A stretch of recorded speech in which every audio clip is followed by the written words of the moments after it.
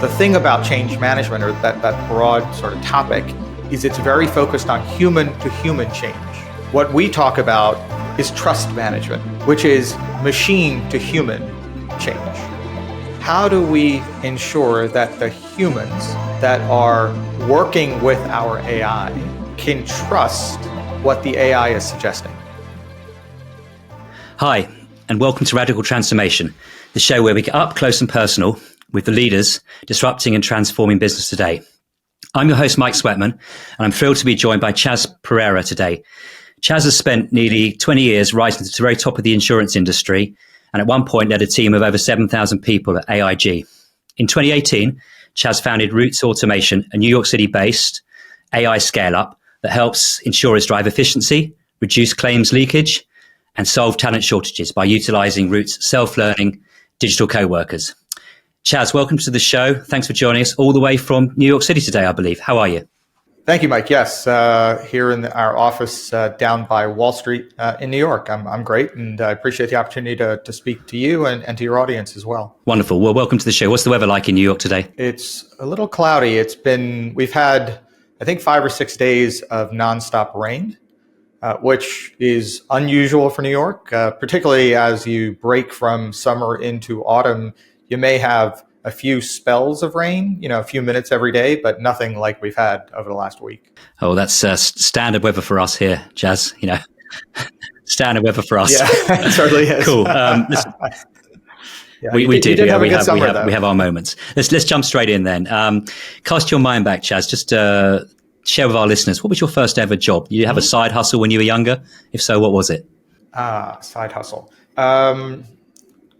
I'll talk about 2, Mike.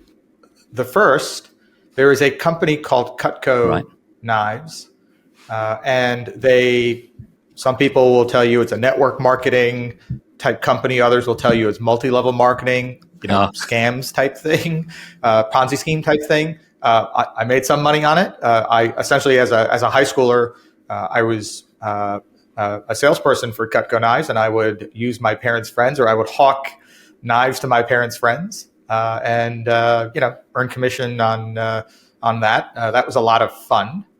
Although it is very strange to walk into people's houses with sets of knives and show them how to use them. Really, it's just it's an odd thing. But in effect, almost a door-to-door salesman back in the late 90s and very early 2000s. I've got a comment there. I mean, that's got to be quite dangerous job, isn't it? Turning up on people's doorsteps, particularly if you don't know them, with a bunch of knives. I mean, you have to be careful how you present yourself, don't you, in that situation? Certainly. The advantage of phones and email to be able to tell people, this is what I do, this is what I sell, and oh, by the way, you're a friend of my parents, or something to that effect, made it a little bit easier. But yes, it's an odd thing, and certainly not the way I imagine they sell it today. What was your other hustle?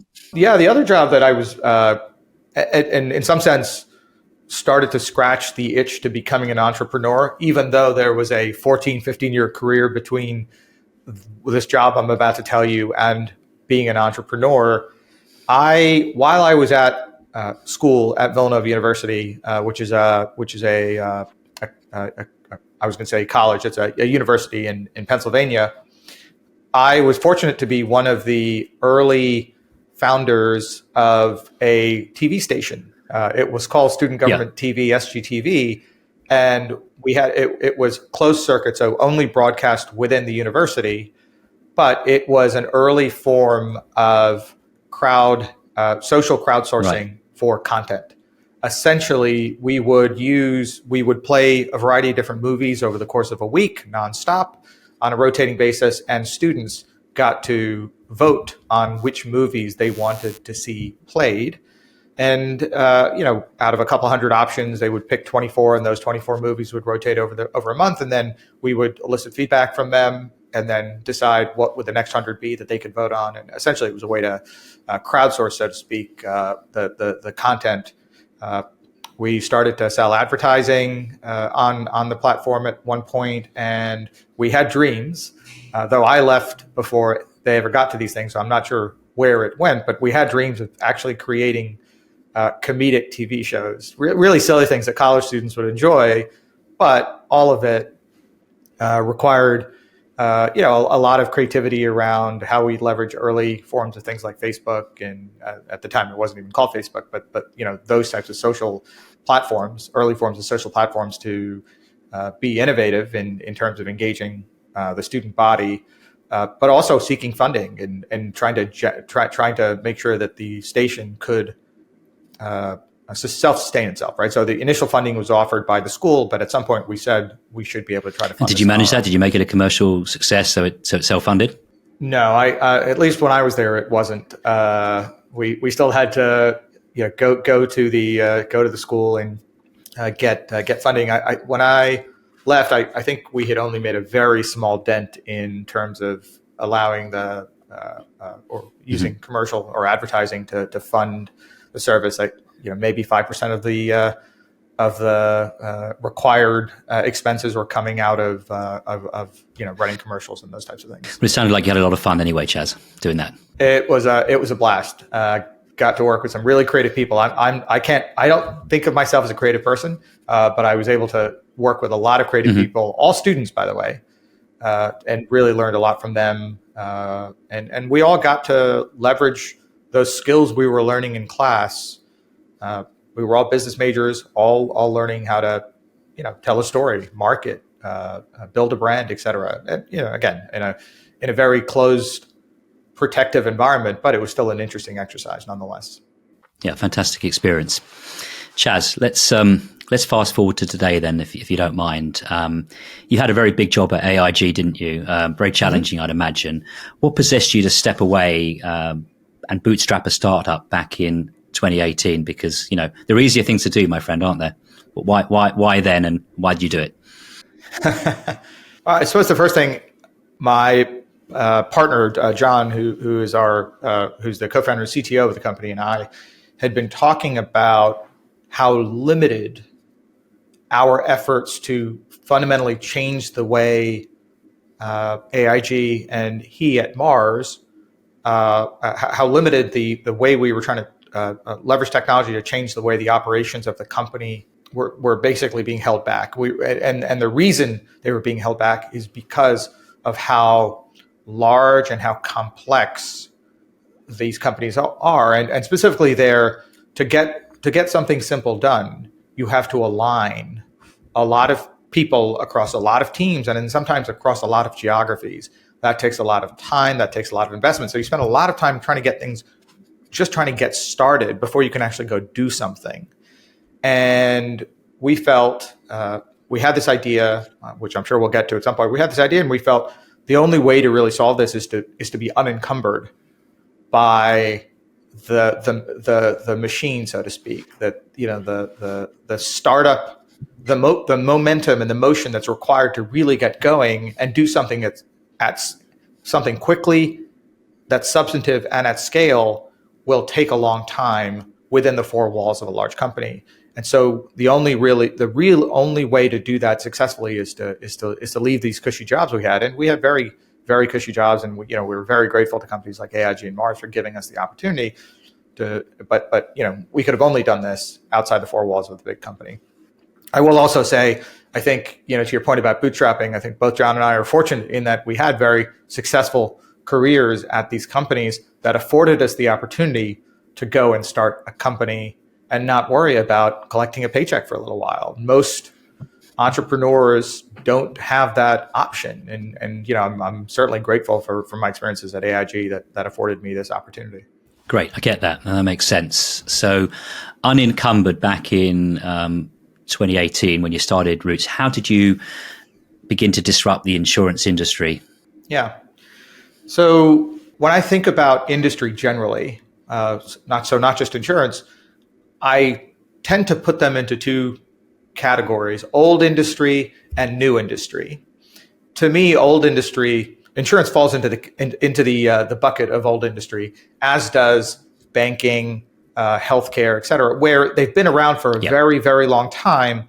New industry to me are things like airlines, telecom, that have been around effectively for 100 years, but in most cases less than 100 years. And the thing that I noticed that was distinct about these two broad buckets was data.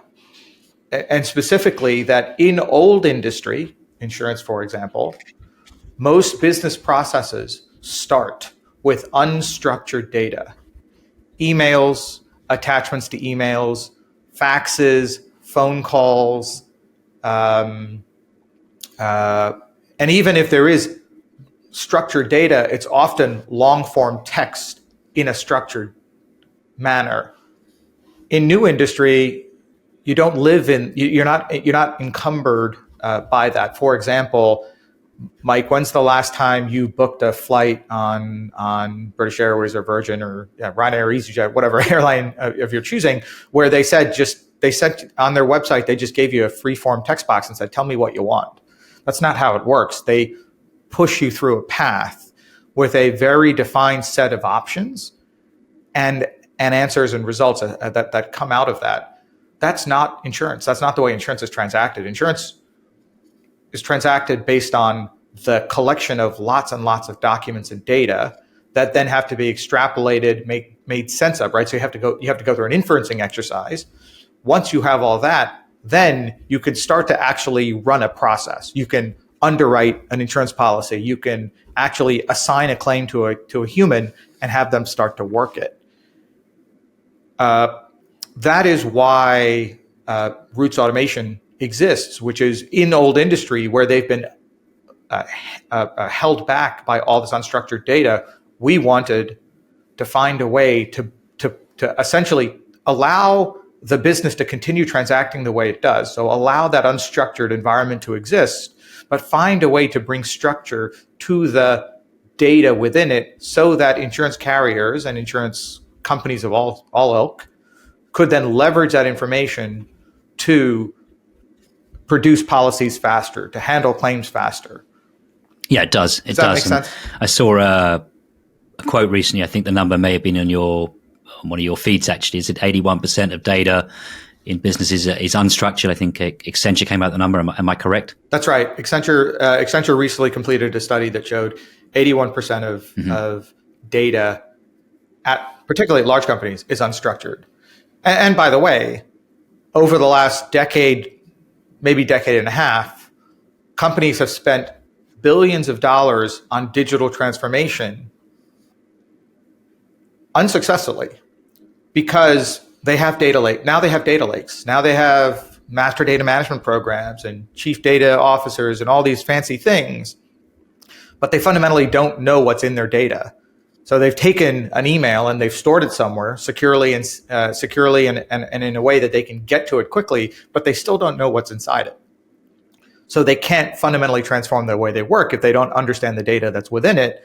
That's the problem we're fundamentally solving. I got it. So has there been a eureka moment for you and John when you thought, aha, we're onto something here? We have now developed some smart technology here that structures this data in a way that wasn't possible before, so that our customers, these big carriers, these big brokerages, can remove a lot of the manual work that was encumbering them before and move quicker, make better decisions. Was there a eureka moment, or has it been an ongoing process of creativity and of trial and error for you? Yeah, it's interesting. In a world of generative AI and things like ChatGPT and Bard, I think everyone's felt the eureka moment, though we've been building to that eureka moment from the very early days of this company, which is how you can get AI to contextually understand what the words on a page mean, and therefore what the next sensible thing might be. Yeah. And a simple example of that in the context of the insurance industry, in the US, when we talk about the portion of a claim that the insured is responsible for, we use the term deductible. In the UK and in some other parts of the world, you sometimes use the word excess to mean the same thing. That little bit of nuance can be very troubling to most software and most decision making, because that contextual understanding is really what's important. And what we've been able to do in the context of the insurance industry is bring that contextual awareness to everything that our software is doing. So we can understand the nuance and then perform a series of actions based on that understanding, right? That's why humans have been so valuable in process, because they can logically, intuitively actually understand these very simple differences and do something. And that's where AI is today. So that I wouldn't sit here and tell you that we had a eureka moment. We had a belief in something and we were building towards it. But the world has had that eureka moment because of how pervasive and how simple, frankly, Gen AI software like ChatGPT has effectively manifested a very complex series of underlying technologies that you don't really see. Cool. Let's talk a bit more about that that process of innovation and creativity here, which you need to bring any product to market. So, is there a particular process you follow and the team follow, Chaz, to ensure that you're building products that the market actually needs? And how do you know when you got it right? And I guess quid pro, when to stop, when to stop doing something because it's not what the customer needs? Is there a process that you can share with our listeners that you and the team go through to be able to do that? I guess new product to innovation, but also really making sure that you're doing the right thing and not burning cash on the wrong stuff. Yeah. So I suppose the flippant answer here, Mike, would be, well, are they willing to pay for it and how much? And at some point you ask enough people, are you willing to pay for this and how much are you willing to pay, helps you make a decision. But the reality is there is a lot of R&D that goes into getting to the opportunity where you can even have that conversation. Because most customers want to see the technology proven somewhere else. That ROI is real, tangible, can be realized quickly before they make the leap. So for us, what's been really important is as we are trialing things, and we have an R&D component to our organization, and they're constantly meeting with existing customers, meeting with prospective customers, meeting with just industry leaders generally to fundamentally understand what are the use cases where most of your challenges exist. What type of value are you striving to achieve through automation? Because that's really what we do. And what are the thresholds by which you may have a hurdle rate that needs to be met for you to be able to make a buying decision, and then we start to build a blueprint, so to speak, that says, okay, for us to be able to solve this problem, there are these smaller series of problems that we need to be able to solve. If we can solve each one and stitch it together into something, then we can actually take something to market. And so it's very much focused on pick a use case, do all the analysis around that use case to understand what the buyer actually needs. Importantly, in the context of automation, I think this is often where transformation falls down, Mike. Automation is not about the happy path. Yes, like everybody says, it's an 80-20 thing. And I agree, it is an 80-20 thing. At the end of the day, you want to solve for the vast majority of the transactions that you are processing. But you have to have an understanding of that other 20%. Why does that other 20% exist? Because at the end of the day, you need people to support that remaining 20%. If you don't understand how to take things the last mile, which is where the people step in, you can't realize value. You still have to have all your people involved in that 20%, because that 20% is by far the harder piece to solve. And that's really where, when we think about the problem and we think about how we want to tackle the problem, and my point to you about take a big problem, split it into much smaller problems. The thing we're really trying to solve for is not the happy path. We're really trying to understand, why do exceptions exist in a process? And how can our software, working in tandem with a human, understand why those exceptions exist, understand how humans solve for those exceptions, and then learn from that experience and use that to then start to handle those exceptions on their own. that's when you can fundamentally start to take people out of a process. I've got it. So there's that kind of iterative process, isn't it, with the customer, building confidence. You heard the expression, how do you eat an elephant? I think the answer is one mouthful at a time, one step at a time. Break that problem down, look for those use cases, do the analysis, build confidence, fix, and then you can go after the next part in that process, can't you? Yeah. And for a company like ours, look, we are fortunate that our customers allow us to share what we learn with each other. And it's critically important for us to be able to help them underwrite, right? In our world, what we're trying to help insurance companies do is produce a quote much faster than they can today. Set up a claim much faster than they can today. And for us to be able to do that at the speed that we are capable of doing it today, it requires a variety of different experiences, meaning we need a lot of information and a lot of data from not just a single insurance company, but a variety of insurance companies, because the nuance is what allows us to build something that's robust and scalable for not just one carrier and one product line, but every carrier across every product line, for example. And you asked the question about how do you know how do you know when to stop, or how do you know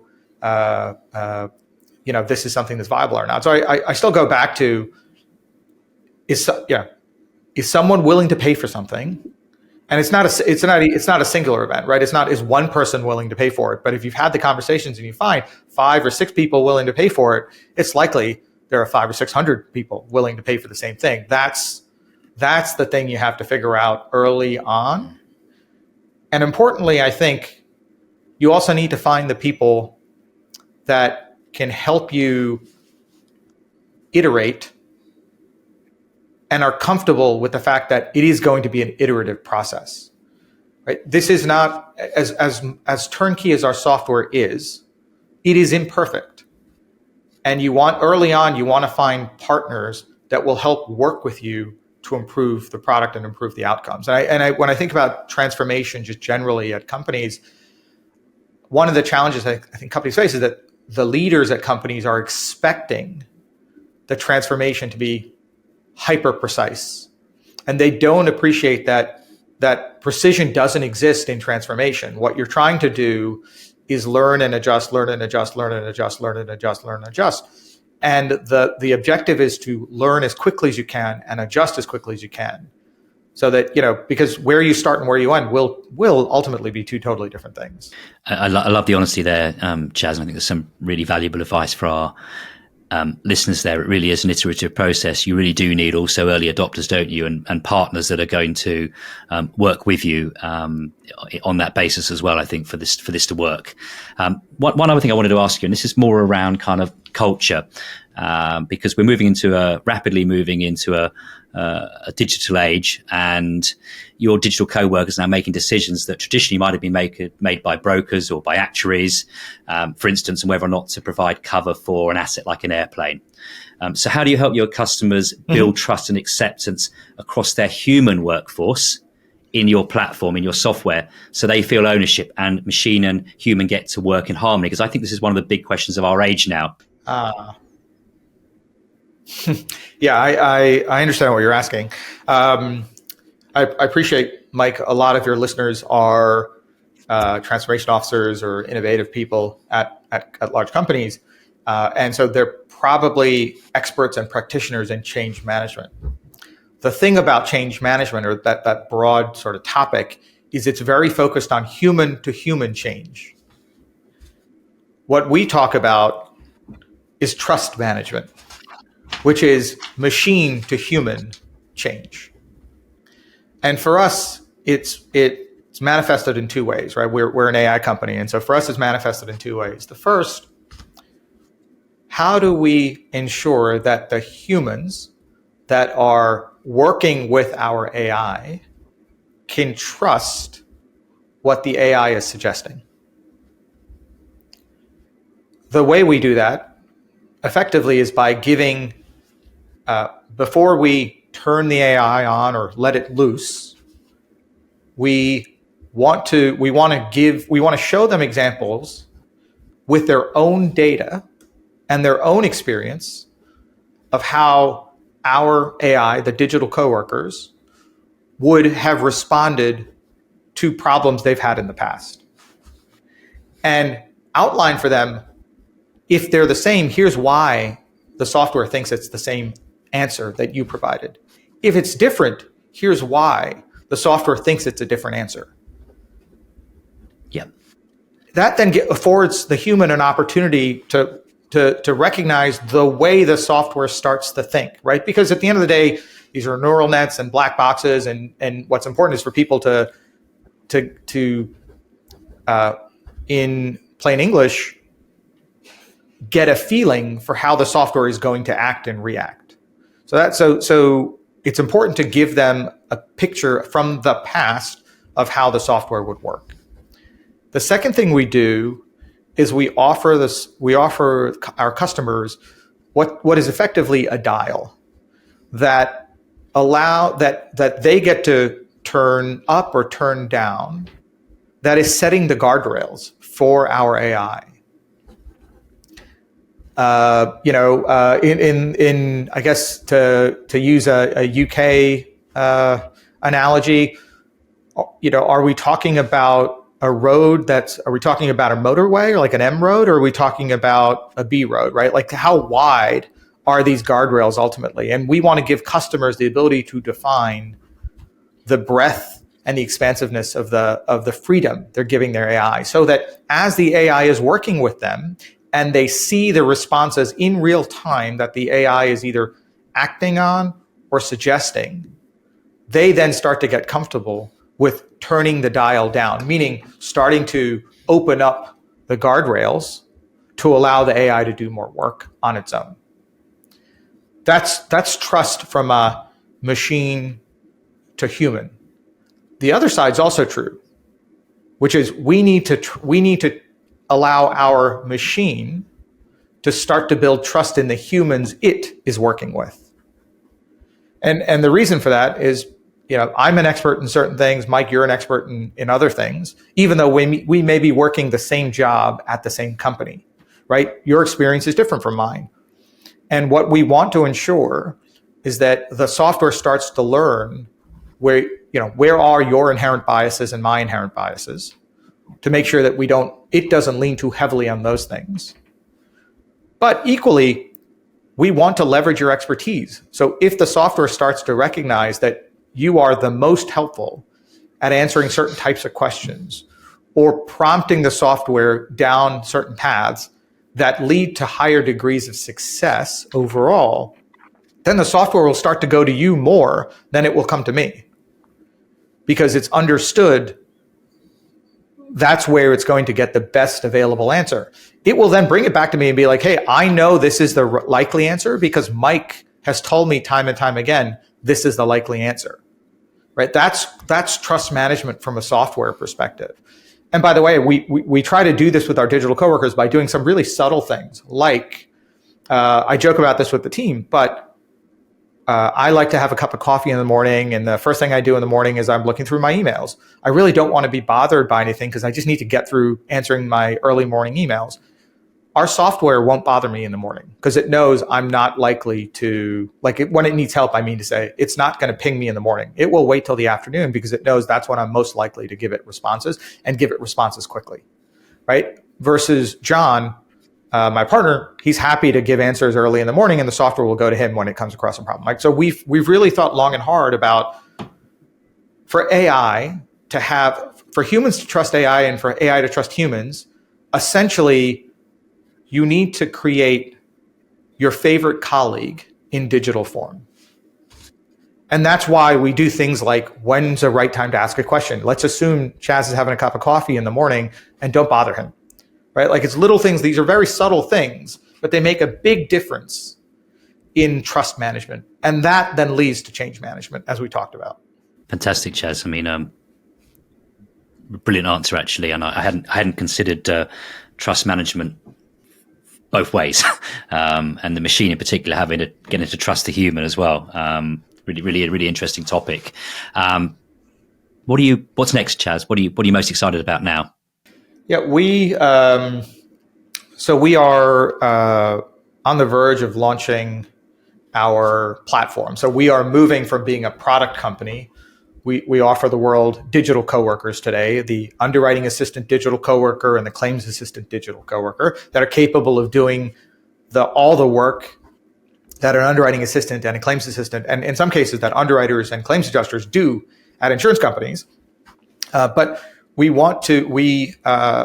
are moving to becoming a platform company in that we are going to allow our customers or their partners to build more than just the underwriting assistant and the claims assistant. If you have roles like a finance associate, a paralegal, an X, a Y, a Z, whatever process you imagine or whatever use case you have, allowing people to build on our platform things that are just as rich and just as capable as our underwriting assistant digital coworker and our claims assistant digital coworker.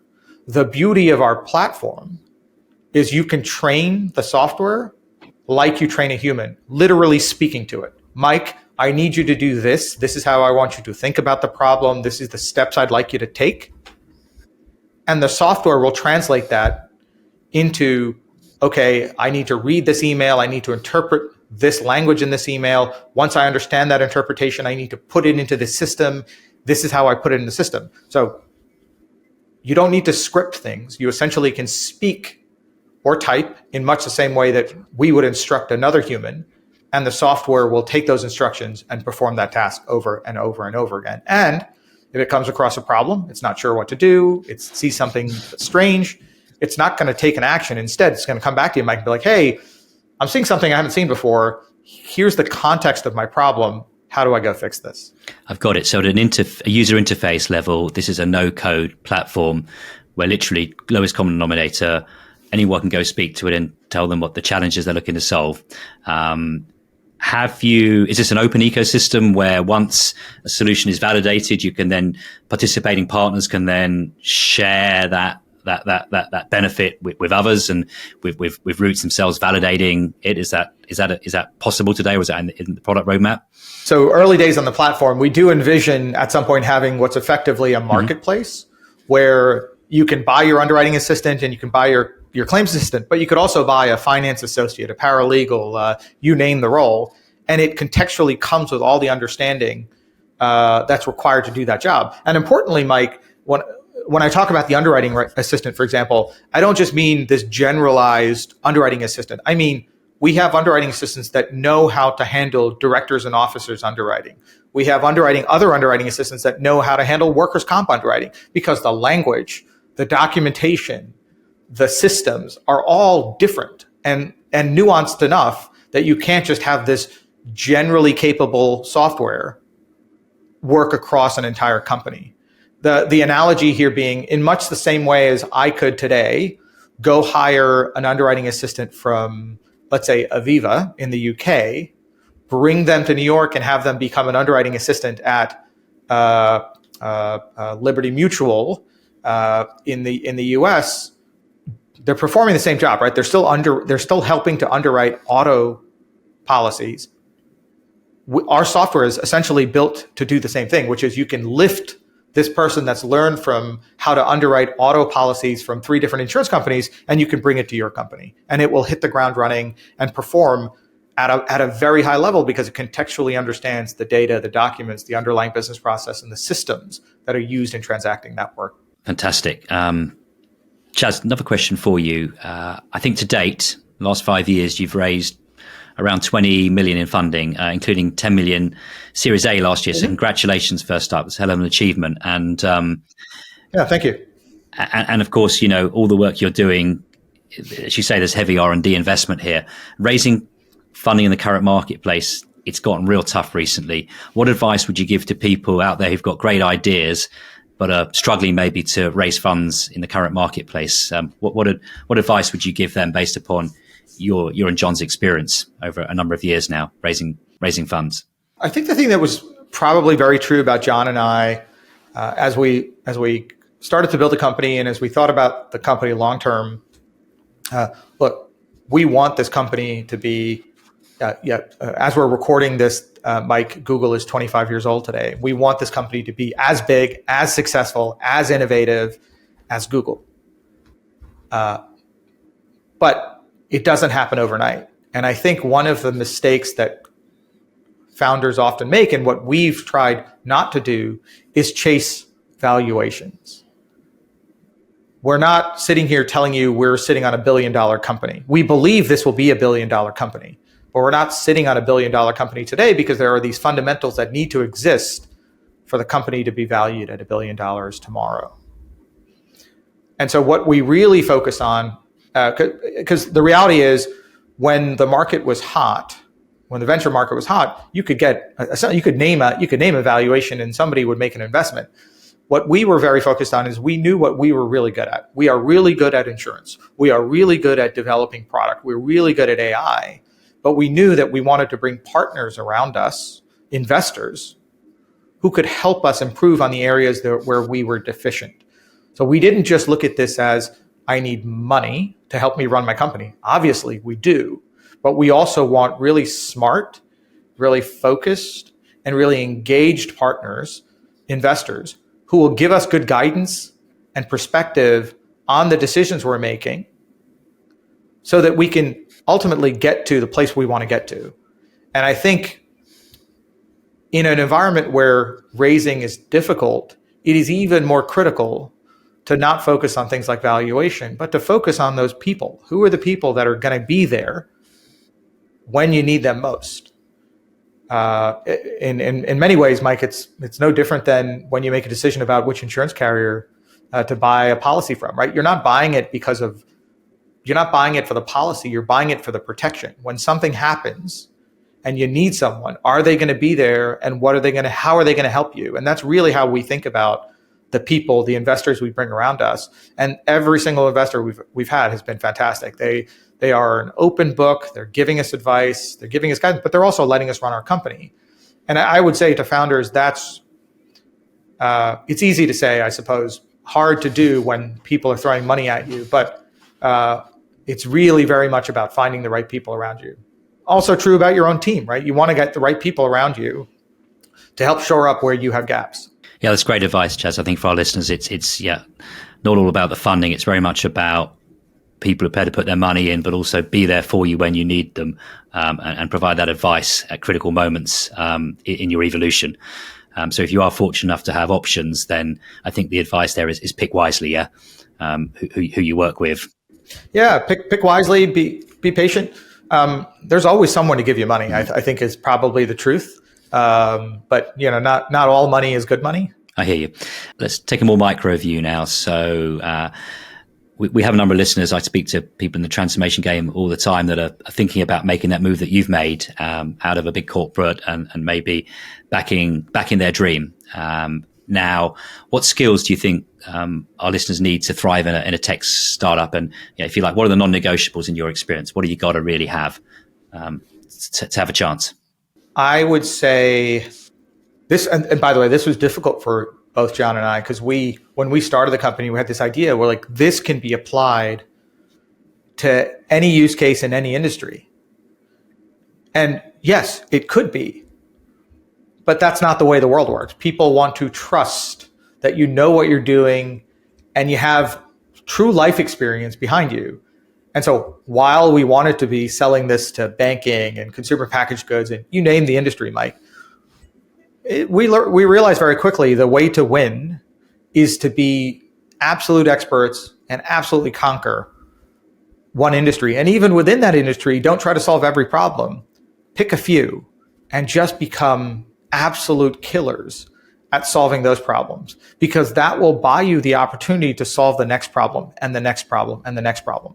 So, one piece of advice to anyone, you may have a fantastic idea, but find a way to narrow how that idea gets applied at industry so that you have the highest likelihood of succeeding. And success here is not simply, does the product work? That's one aspect of it. But selling that product into a company is a very challenging exercise.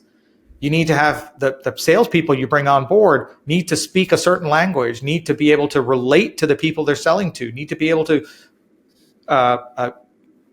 can say that they've lived that experience, know how to solve this problem, can show proof points around it. Like all those things are really difficult to do if you're trying to solve 100 problems instead of solving one or two or three. So again, just be hyper focused.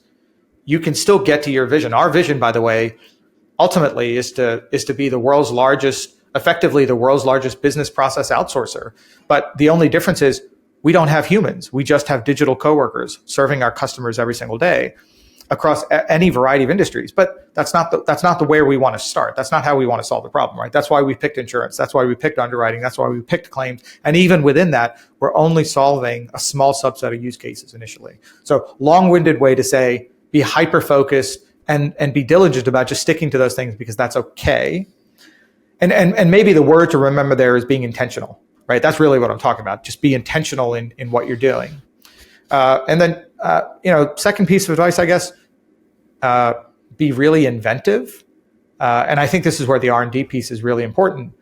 There is the traditional way to solve a problem, but when you're building something, you want to think about how it becomes extensible. Because once you build something, the worst thing is when you have to take it apart and rebuild it to go do something somewhere else, right? If you want to just extend a use case, you don't want to have to take everything apart and rebuild it. You want to build something that's extensible. And so being inventive helps you to do that because essentially you have to think more broadly about the problem you're solving and how the technology is leveraged adjacent to other things that you will want to go solve tomorrow. So again, be intentional in solving the problem you have today, but think about how you could solve a different problem tomorrow and what needs to exist for you to be able to do it.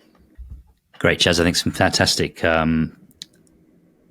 takeaways for our listeners there around being hyper-focused, intentional, and super inventive as well, thinking about today's problems and what your solution can solve tomorrow.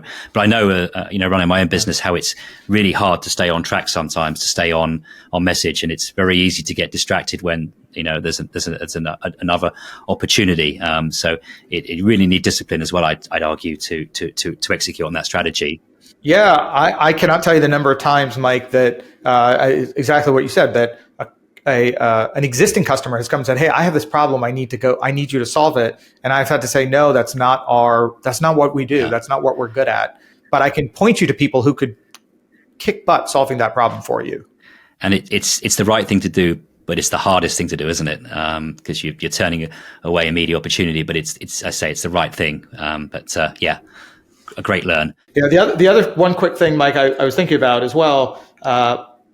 For folks, if they are looking to leave their big cushy jobs at companies and go start something, the hard truth for everything that it's better to get out to market quickly. It's better to get something out there because what you're building is probably 10x better than what people already have. Even if it's only 2x better, it's still a significant improvement over what they have, and they will get value from it. So don't shy away from putting something to market that may not be perfect because it's still better than what other people have. Yeah, I got it. Great advice. Okay, what advice would you give to your younger self, Chaz? Your 18-year-old self? What would I give my 18-year-old self?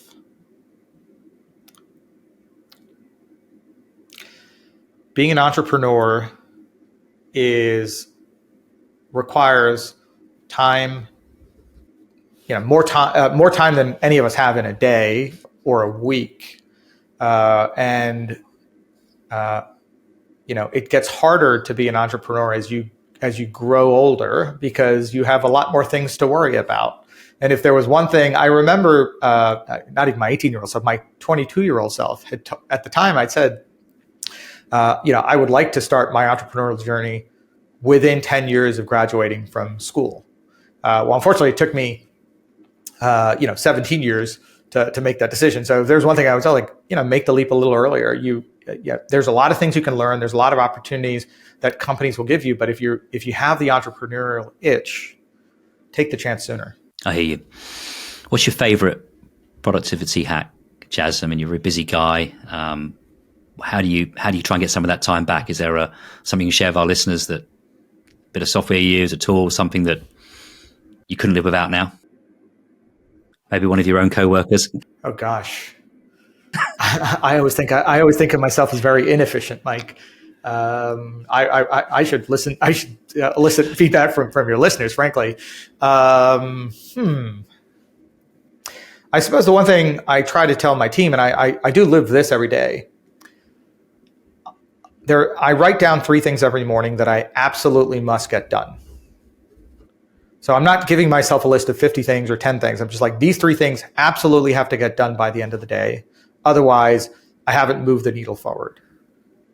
And, again, to my point earlier about like chunking things up and doing things in small, bite-sized, manageable chunks, I think about that about work, which is if I can at least make these 3 things happen, it's been a successful day. And I really do focus on every single day in that way. I get you. Yeah, kind of Paretoing it. The things that I have to do to sign off today. I got it. What should I have asked you today, but didn't? I suppose appreciating that a lot of your listeners are in the transformation game. I was at one time the Chief Transformation Officer of AIG. And one of the mantras I had, by the way, when I was also I was also the head of global business services for the company. So when you mentioned I had a team of 7,000 people, part of it was me running the shared services arm of the company. And when I think about transformation, I think about change. I talked about trust management, right? The engagement between software and humans. But really, when it comes down to change management, I think the thing that we should focus on collectively is the criticality of human-to-human engagement. We live in a world today where it's very easy to send a missive via text or email that doesn't capture emotion. And what ends up happening is everyone interprets the text or the email the way they choose to in that moment, based on everything else that's happening around them. And so when I think about transformation at large companies, and I think about change generally, even when I talk to my customer success team about how we're implementing our software with companies, I'm like, remember, at the end of the day, there is a human. There's a human that's bookending every single thing we do. And our job is to pick up the phone and talk to that individual, understand their concerns, and make sure that we show empathy, that we fundamentally understand what's important to them. Because what's important to the senior leaders at a company and what's important to the person on the ground can be diametrically opposed. But there is a middle ground, and both sides need to understand each other for change to be successful and for change to stick. And so, again, I guess a piece of advice here would be, in a world where it's very simple to send a text message or an email, I encourage people, as crazy as this sounds, pick up the phone and talk to somebody. Because that human to human interaction and the relationship building is critical when something gets really, really hard. Because that's when you know how to work together. I think that's great advice, Chaz. And I think, we talk about it in our own teams, that picking up the phone is so important to get to know people. So much gets lost in translation through email and text, and people interpret things in a way you just couldn't imagine sometimes. So I think sometimes in that respect, the old ways are still the best ways when it comes to communication and doing that face to face and in person. Nearly done, Chaz. Where can our listeners find you online? Sure. So our website is rootsautomation.com. You can also find us on LinkedIn at Roots Automation, on Twitter at Roots Automation. We highly encourage folks to learn more about us through our webinars. So we hold webinars that include 3 panelists, one being an individual at Roots, typically myself or John, an industry expert, so an insurance leader, and then a technology leader from typically outside the insurance industry, but that has real perspective on how technology is changing the insurance industry.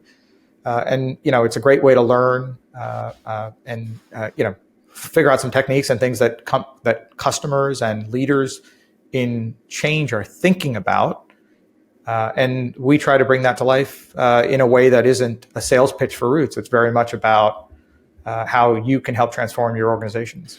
Yeah, it's a great webinar. I attended one actually earlier this month, Chaz. I think with John. John was hosting it along with your chief marketing officer, and you had an expert from the industry as well. So yeah, thoroughly recommend it. Chaz, listen, you've been great today. Thanks for giving up your time. It's been really, really interesting. And I hope that in 25 years and counting, you are the next Google. You know, you've got some big ambitions, my friend. But you gotta shoot for the moon to shoot for the stars to land on the moon, I think is the phrase, Mike. No, I wish you all the best, and I've loved having you on the show, Chaz. Thank you so much. Have a great day. Thanks, Mike.